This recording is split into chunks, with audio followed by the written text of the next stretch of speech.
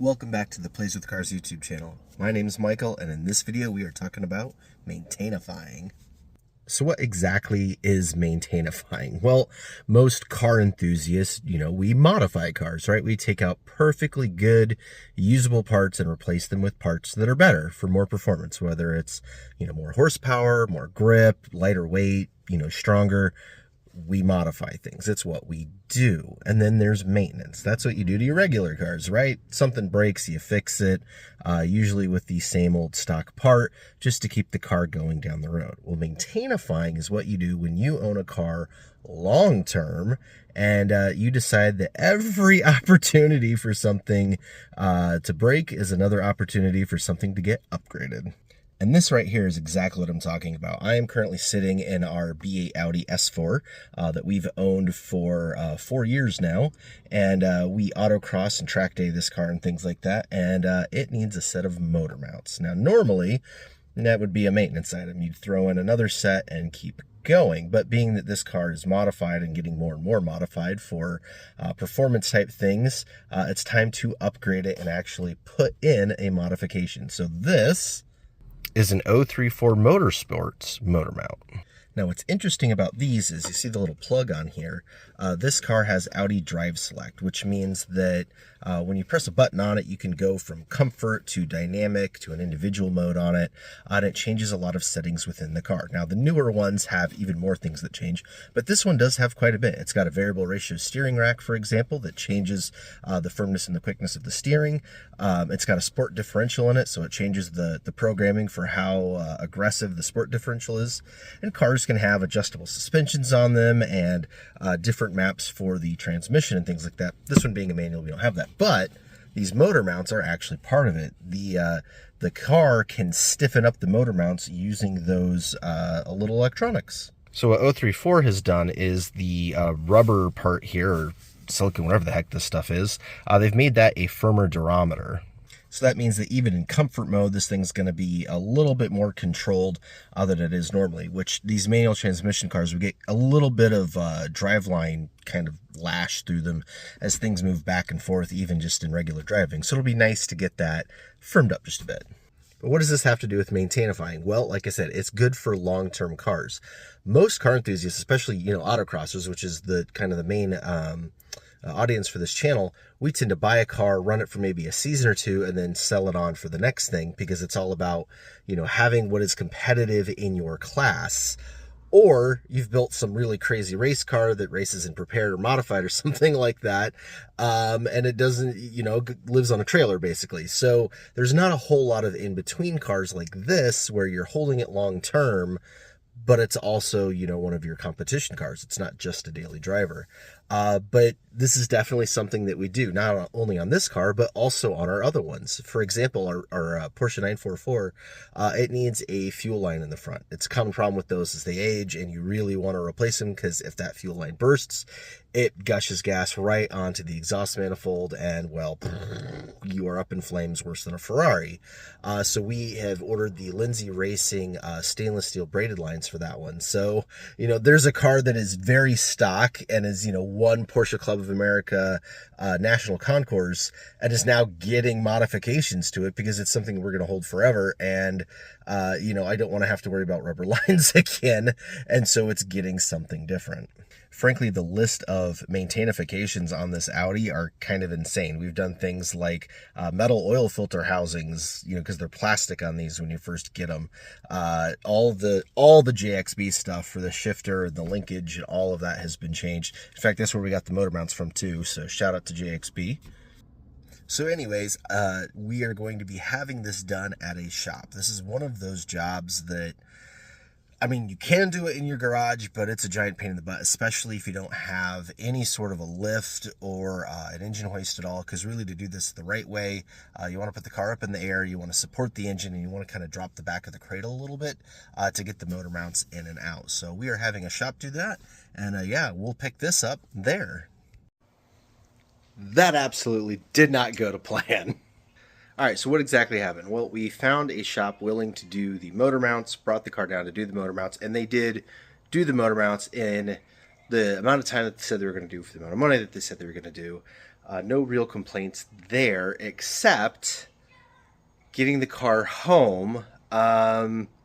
Noticed pretty gnarly dent in the hood.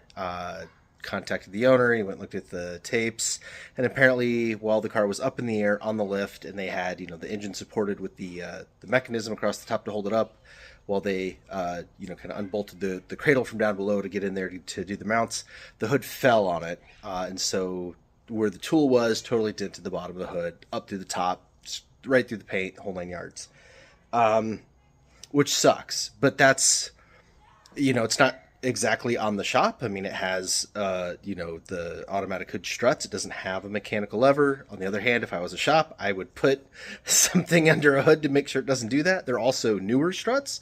We put them on the car when we bought it just a few years ago, so it's not like, they're 15-year-old parts. And he said he would take care of it. So, we're cool there, except for then I got underneath the hood to look around, and the coolant bottle was completely unbolted from the car, was just floating around, was half empty. There were old rags shoved underneath it and in various areas. Bolts were gone. So actually, there's this random guard on the engine on the front that normally has some sound deadening on it that's been long gone on mine, and the guard isn't really needed for anything. It happened to be the exact same bolts. So I took the guard off, put the bolts on the coolant reservoir, hooked everything all back up because they didn't have the drain in the hole or anything like that. And so just the whole experience really kind of sucks. And that's why I hate bringing cars to other people to work on, even dealerships. I mean, honestly, the stories I could tell about both our local Audi and Porsche dealer are nuts.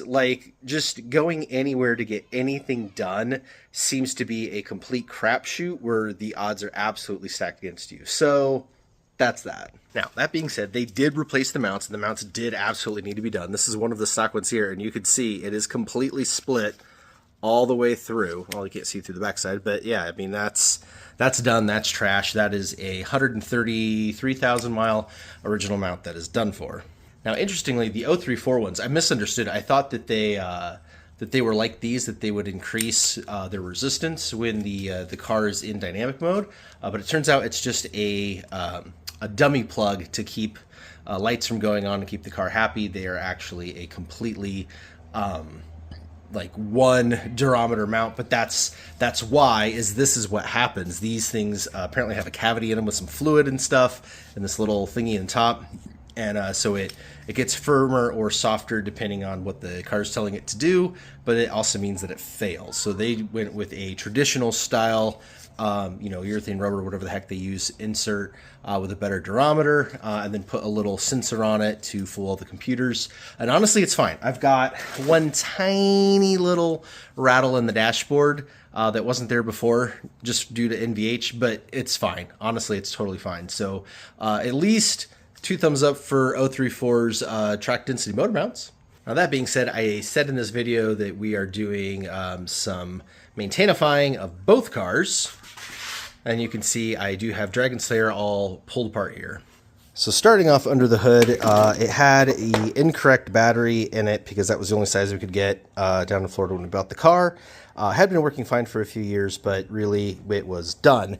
And so we got the right size in here and went with an Odyssey battery. So we've got an AGM, an absorbent glass mat battery now with 1100 CCAs. And nicely, it fits with the original factory battery cover piece. Really nice. So you don't even know that it's not factory. I really like that upgrade. But this is what we really needed to do. This is one of the fuel dampener lines. And as you see, it has got a ginormous bubble in it. This thing was about to burst and spray fuel all over our engine compartment and burn our car to the ground, which is something that happens on 944s. It's usually the regular 2.5s and it's usually the back 2 fuel lines.